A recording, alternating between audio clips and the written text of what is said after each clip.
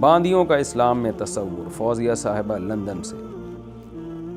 کیا باندیوں سے جمع کر کے ان کو فروغ کر دیا جاتا تھا؟ دوسرا سوال یہ ہے کہ صحابیات تو اپنے اپنے گھروں میں الگ رہتی تھیں،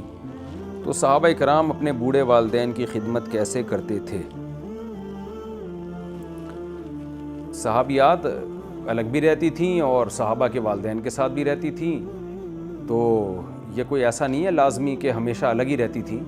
اپنے، یعنی جوائنٹ فیملی کا اس وقت بھی تصور تھا، آج بھی تصور ہے، اور جیسے بعض لوگ اپنی بیوی کے ساتھ الگ رہتے ہیں تو اس وقت بھی تھا، آج بھی ہے۔ تو یہ کوئی یقینی چیز نہیں ہے کہ ہر صحابی کی بیوی الگ رہتی تھی، ان کے ماں باپ کے ساتھ نہیں رہتی تھی، بلکہ ان کے خاندانوں کے ساتھ رہتی تھی۔ جابر بن عبداللہ رضی اللہ تعالی عنہ کی صحیح حدیث ہے کہ ان سے نبی نے پوچھا کہ تم نے نکاح کر لیا؟ انہوں نے فرمایا ہاں۔ فرمایا کنواری سے کیا یا طلاق یافتہ سے؟ انہوں نے فرمایا یا رسول اللہ میں نے طلاق یافتہ سے نکاح کیا یا بیوہ سے۔ تو نبی نے فرمایا کہ کنواری سے کیوں نہیں کیا؟ فرمایا کہ یا رسول اللہ میری چھوٹی بہنیں ہیں، تو میری والدہ کا چونکہ انتقال ہو گیا تو چھوٹی بہنوں کی دیکھ بھال کے لیے میں چاہ رہا تھا کہ کسی میچور خاتون سے میں شادی کروں، تو میں یہ نہیں چاہتا کہ انہی جیسی کوئی گھر میں لے آؤں میں۔ تو اب دیکھیں حضرت جابر بن عبداللہ جو اپنی بیوی لے کر آئے اور نکاح کیا انہوں نے،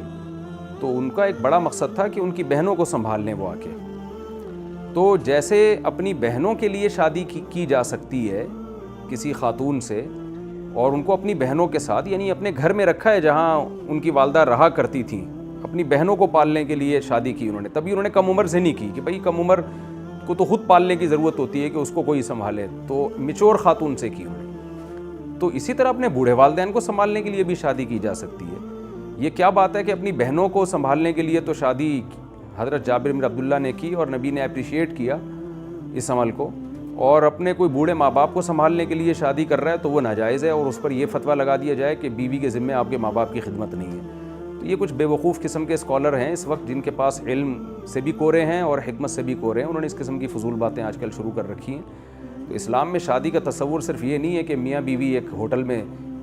یعنی ایک ایسا گھر میں رہیں جو ہوٹل کی طرح ہو اور اس میں ان دونوں کے علاوہ کوئی بھی نہ ہو، بلکہ جب شادی ہوتی ہے تو عورت آپ کے خاندان کا ایک حصہ بن جاتی ہے، اور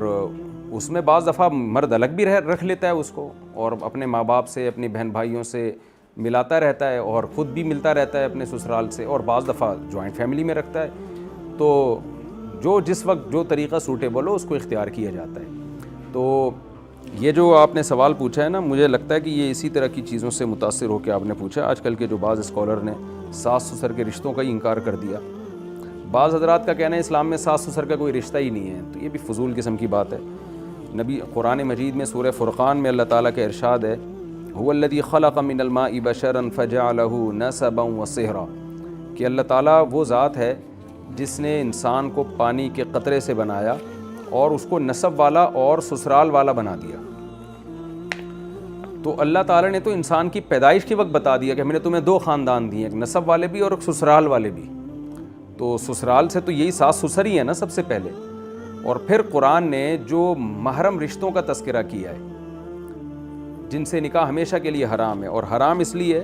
کہ وہ محرم ہیں، تو ان میں اللہ تعالیٰ نے ماں کا ذکر کیا چوتھے پارے کے آخر میں، حرمت علیکم امہاتکم وبناتکم واخواتکم وعماتکم،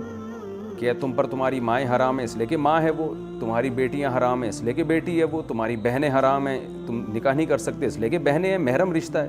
تو انہی رشتوں میں اللہ نے ساس سسر کا بھی تذکرہ کیا ہے۔ تو یہ کہہ دینا کہ ساس سسر کا اسلام میں کوئی رشتہ ہی نہیں ہے، یہ فضول بالکل بات ہے۔ اتنے اہتمام کے ساتھ اللہ نے کہا وَأُمَّهَاتُ نِسَائِكُمْ، تمہاری بیویوں کی مائیں اور تمہاری بیویوں کی بیٹیاں، جو ستیلی بیٹی کا بھی ایک رشتہ ہے ستیلے باپ سے۔ تو یہ رشتوں کو قرآن نے بیان کیا ہے، ان کو بالکل ایسے اگنور کر دینا کہ آج کل کے کچھ لوگوں نے اس طرح کی چھریاں اڑائی ہوئی ہیں کہ بالکل رشتے ہی ختم کر دیا، صرف میاں بیوی ہی کا ہے، ایسا نہیں ہے۔ جب شادی ہوتی ہے تو سب کا سب سے رشتہ قائم ہو جاتا ہے۔ تو باقی یہ کہ صحابہ اپنے بوڑھے والدین کی کیسے خدمت کرتے تھے، تو صحابہ اپنے بوڑھے والدین کی خدمت ایسے کرتے تھے کہ ان کے ساتھ بھی رہتے تھے۔ جب جوائنٹ فیملی میں ہوتے تو ظاہر ہے گھر میں ہی رہتے تھے تو ان کی بیگم بھی خدمت کرتی تھی، خود بھی کرتے تھے خدمت، اور جب کہیں الگ رہتے تھے تو ان کی اولادیں ہوتی تھی نا، صرف ایک ہی بیٹا تو نہیں ہوتا تھا، اس دور میں تو کثرت سے اولادیں ہوا کرتی تھیں، تو باقی بیٹے کرتے تھے۔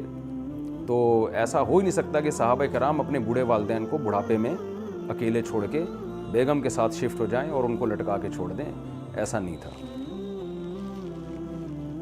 باقی جو آپ نے کہا ہے باندیوں سے جمع کر کے ان کو فروخت کر دیا جاتا تھا، اس کا مطلب میں نہیں سمجھا کیا مقصد ہے۔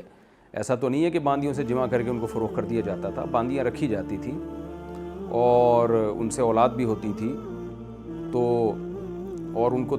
کی تربیت بھی کی جاتی تھی، باندیوں کو پڑھایا بھی جاتا تھا، ان کو سلیقہ بھی سکھایا جاتا تھا اور ان کو آزاد کر دیا جاتا تھا۔ بہت دفعہ ایسا ہوا آزاد کر کے ان کو بیوی بنا کے عزت دی جاتی تھی،